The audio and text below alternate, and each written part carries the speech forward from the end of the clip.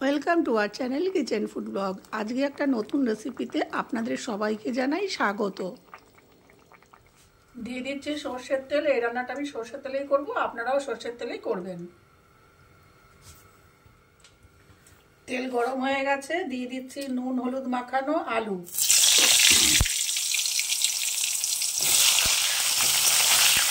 আলু ভাজা হয়ে গেছে, আমি আলুগুলো তুলে নিচ্ছি।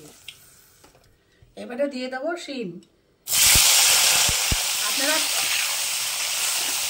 যদি মনে করেন হাফও করে দিতে পারেন। শিম ভাজা হয়ে গেছে, আমি সব শিম কটা তুলে নেব। এবারে ভেজে নেব বেগুন। বেগুন ভাজা হয়ে গেছে, বেগুনগুলো তুলে নিচ্ছি। নিয়ে নিয়েছি সর্ষের তেল, আর একটু দিয়ে দিচ্ছি চিংড়ি মাছ।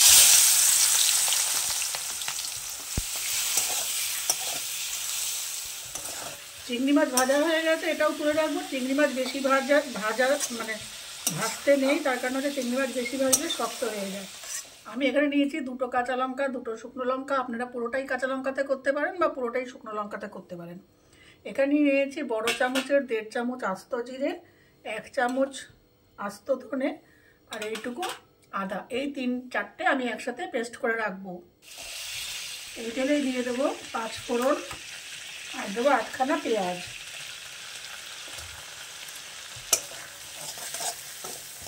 দিয়ে দেবো করে রাখা মশলা পেস্ট 2 চামচ। আমি এখানে বড় চামচে 2 চামচ দিলাম, যেহেতু আমার এখানে সবজি বেশি।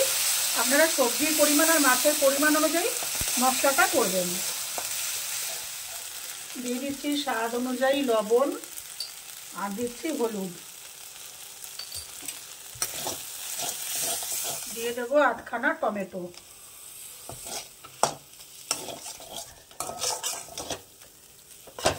দিয়ে দেবো ভেজে রাখা আলু।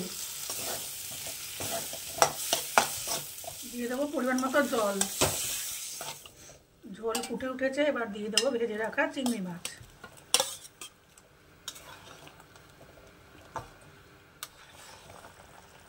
আলুও মোটামুটি সিদ্ধ হয়েছে, চিংড়ি মাছও সিদ্ধ হয়ে গেছে। এবার দিয়ে দিচ্ছি ভেজে রাখা শিমগুলো।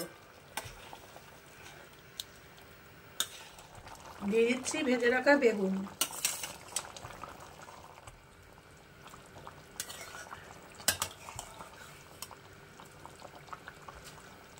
মাছের ঝোল হয়ে গেছে, নামাবার আগে দিয়ে দেবো ধনেপাতা। ধনেপাতা দিয়ে ঢাকা চাপা দিয়ে তারপরে সার্ভ করব।